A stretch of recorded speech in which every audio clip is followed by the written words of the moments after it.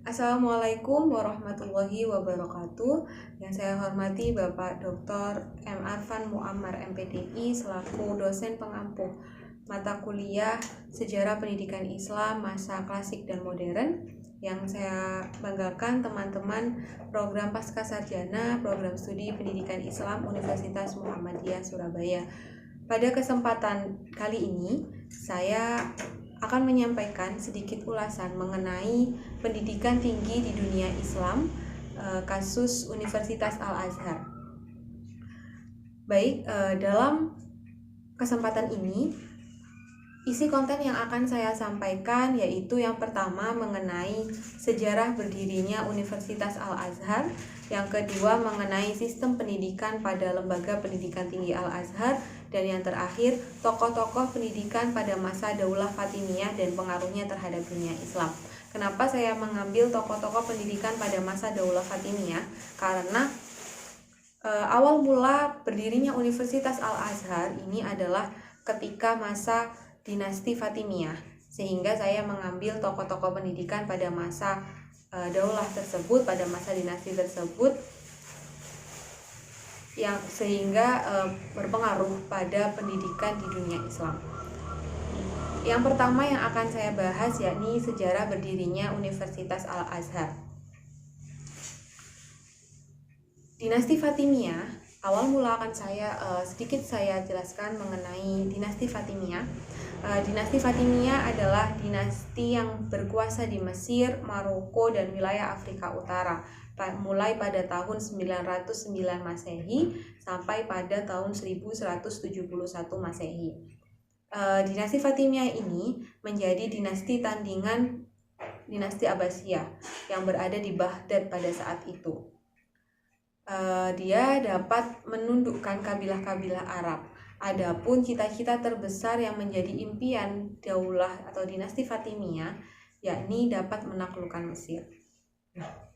Lalu dari sekian universitas Islam, ada dua universitas Islam yang tertua, yaitu Universitas Al-Qarawiyyin di Fes, Maroko, dan Universitas Al-Azhar di Mesir. Nah, pada kali ini saya akan mengulas mengenai Universitas Al-Azhar di Mesir. Al-Azhar, Universitas Al-Azhar didirikan oleh Al-Jauhar As-Soqli. Ia merupakan panglima perang Daulah Fatimiyah pada masa kekhalifahan Al-Mu'izz Lidinillah. Al-Azhar mulai dibangun pada hari Sabtu pada tanggal 24 Jumadil Ula pada tahun 359 Hijriah, bertepatan dengan bulan April tahun 970 Masehi. Adapun bangunannya baru sempurna pada Ramadan 361 Hijriah.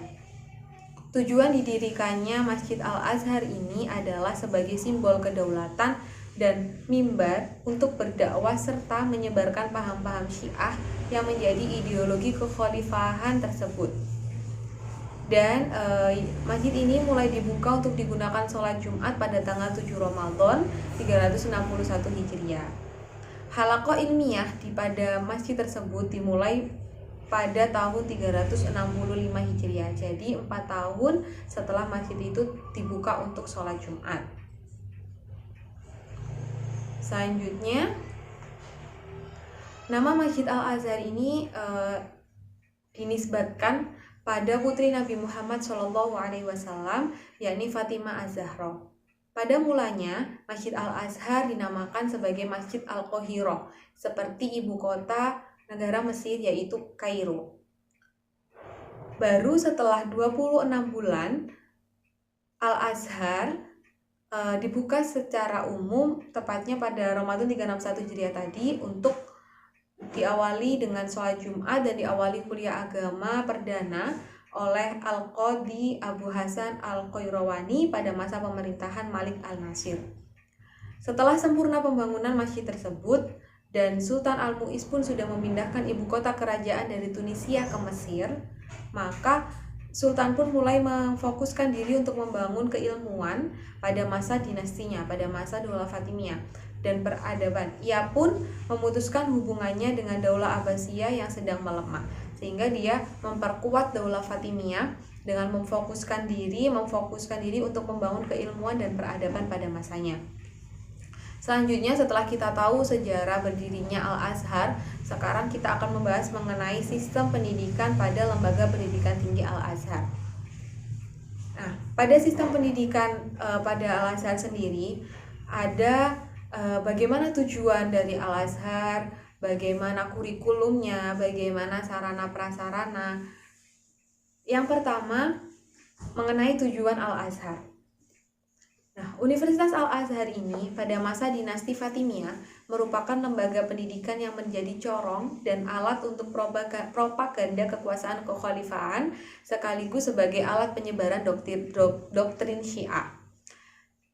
Sebagaimana yang kita maklum bahwa di mana rezim berkuasa, di situ pula ideologi mereka disebarkan melalui berbagai macam cara, tidak terkecuali melalui cara pendidikan.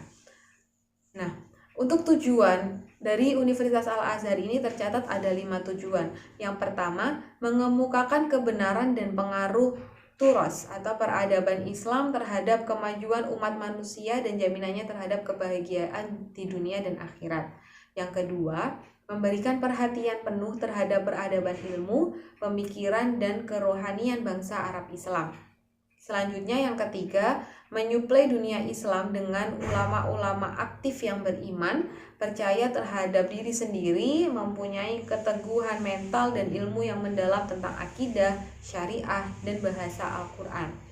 Yang keempat, mencetak ilmuwan agama yang aktif dalam semua bentuk kegiatan, karya, kepemimpinan, dan dapat menjadi contoh yang baik, serta mencetak ilmuwan dari berbagai ilmu pengetahuan yang sanggup aktif dalam berdakwah Islam yang dipimpin dengan hikmah dan kebijaksanaan, serta pelajaran yang baik di luar dan di dalam Republik Arab Mesir. Yang terakhir, meningkatkan hubungan kebudayaan dan ilmiah dengan universitas dan lembaga ilmiah Islam di luar negeri. Selanjutnya, kurikulum. Selain mengajarkan mata pelajaran agama dan sastra tradisional, Al-Azhar juga mengajarkan ilmu-ilmu umum seperti geografi, astronomi, kedokteran, teknik, dan matematika. Sementara, menurut Arisati Amalia pada sumber lain, kurikulum di Universitas Al-Azhar ini pada awalnya hanya fokus kepada ilmu agama dan ilmu akal atau logika. Ilmu-ilmu agama meliputi Al-Quran, tafsir, hadis, ilmu kalam, fikih, dan tasawuf. Sedangkan ilmu-ilmu logika dan umum meliputi filsafat, kedokteran, optik, astronomi, matematika, sejarah, dan sastra. Pada masa pemerintahan dinasti Fatimiyah juga sangat gencar dilakukan penerjemahan buku-buku asing ke dalam bahasa Arab. Yang ketiga, yakni metode pengajaran. Pada mulanya, pengajaran di Universitas Al-Azhar sama dengan institusi pendidikan yang lain, yaitu sistem halakoh atau melingkar. Seorang pelajar bebas memilih guru dan pindah sesuai dengan kemauannya. Umumnya, guru atau syekh yang mengajar duduk bersama para pelajar, tetapi terkadang duduk di kursi ketika menerangkan kitab yang diajarkannya. Di samping itu, metode diskusi sangat dikembangkan sebagai metode dalam proses pembelajaran antar pelajar. Seorang guru hanya berperan sebagai fasilitator dan memberi penajaman dari materi yang sedang didiskusikan. Lalu, pada Universitas Al-Azhar ini pada mulanya juga dibagi menjadi 3 kelas sebagai tempat pembelajaran. Yang pertama, itu digunakan untuk kelompok orang-orang yang datang yang ingin mempelajari tentang Al-Quran. Lalu yang kedua, tempat ini berisi murid-murid yang duduk melingkar di lantai, sementara guru duduk di atas kursi yang agak rendah lalu mendiktekan pelajaran kepada para siswa. Kemudian menjawab pertanyaan dari siswa. Yang ketiga, tempat yang ketiga yaitu berisi para murid belajar dengan cara berhadapan langsung secara mandiri antar teman, di mana yang berperan sebagai guru adalah dari kalangan mereka sendiri yang telah ditentukan oleh pimpinan Al-Azhar. Setelah kita tahu tujuan dari Al-Azhar, kurikulum dan metode pengajarannya, selanjutnya yakni sarana prasarana pada Universitas Al-Azhar. Untuk menunjang kegiatan pendidikan dan pengajaran, Al-Azhar dilengkapi dengan asrama untuk para fuqaha atau para pengajarnya, serta semua urusan dan kebutuhannya ditanggung oleh khalifah. Al-Azhar juga menyediakan asrama bagi mahasiswa yang belajar di sana secara gratis. Sementara bagi mahasiswa yang memiliki kemampuan ekonomi yang lebih tinggi, mereka biasanya tinggal di penginapan yang lebih bagus dan dekat dengan masjid. Fasilitas lainnya yang didapat oleh para mahasiswa dan para pengajar yaitu dapur dan toilet, serta perpustakaan dengan komposisi buku yang memadai. Tidak hanya buku-buku yang berbahasa Arab, tetapi juga buku-buku terjemahan dari Yunani. Itu tadi adalah sistem pendidikan dari Universitas Al-Azhar. Dari sistem pendidikan yang sudah saya sebutkan tadi, nampak jelas bahwa sistem pendidikan Al-Azhar sebagai lembaga pendidikan tinggi Islam yang tertua ini memiliki dampak yang besar terhadap pertumbuhan lembaga pendidikan sesudahnya. Ini karena pendidikan yang ada di Al-Azhar dari dulu hingga saat ini banyak diadopsi oleh lembaga pendidikan Islam dan lembaga pendidikan kontemporer ya hingga saat ini. Lalu selanjutnya adalah tokoh-tokoh pendidikan pada masa Daulah Fatimiyah dan pengaruhnya terhadap dunia Islam. Nah, pada masa Daulah Fatimiyah ini, seiring dengan lahir dan berkembangnya Universitas Al-Azhar, muncul pula tokoh-tokoh pendidikan yang memegang peranan penting pada saat itu. Terdapat 4 tokoh yang saya catat di sini. Yang pertama yaitu Syekh Imam Ibrahim Al-Barnawi, yang kedua Syekh Muhammad Abbasi Al-Mahdi Al-Hanafi, yang ketiga Syekh Muhammad Abduh, yang keempat Syekh Mahmud Shaltut. Yang pertama Syekh Imam Ibrahim Al-Barnawi. Syekh Imam Ibrahim bin Muhammad bin Shihabuddin bin Khalid Al-Barnawi ini ketika belajar di Al-Azhar, beliau mendalami bidang ilmu syariah dan bahasa. Kemudian setelah lulus dari Al-Azhar, ia langsung menjadi tenaga pengajar di kampus tersebut. Selanjutnya yang kedua Syekh Muhammad Abbasi Al-Mahdi Al-Hanafi. Beliau merupakan rektor Al-Azhar ke-21. Beliau bermadzhab Hanafi pertama yang memegang jabatan rektor. Lalu beliau adalah penggagas utama adanya ujian sebagai syarat kelulusan atau sebagai syarat keluarnya ijazah, syarat keluarnya syahadah bagi lulusan yang ada di Al-Azhar. Nah, lulusan nilai pertama dapat bekerja sebagai pengajar untuk buku-buku tingkatan tinggi, nilai kedua untuk buku-buku tingkatan menengah, dan nilai ketiga untuk buku-buku tingkatan dasar. Beliau adalah penggagas hal tersebut. Lalu yang ketiga Syekh Muhammad Abduh, dan yang terakhir Syekh Mahmud Shaltut.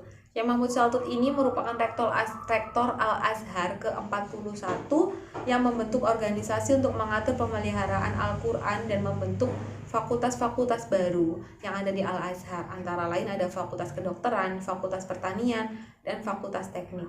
Nah, itu tadi merupakan seluruh rangkaian yang saya sampaikan mengenai pendidikan tinggi di dunia Islam, studi kasus Universitas Al-Azhar. Nah, itu tadi yang saya sampaikan.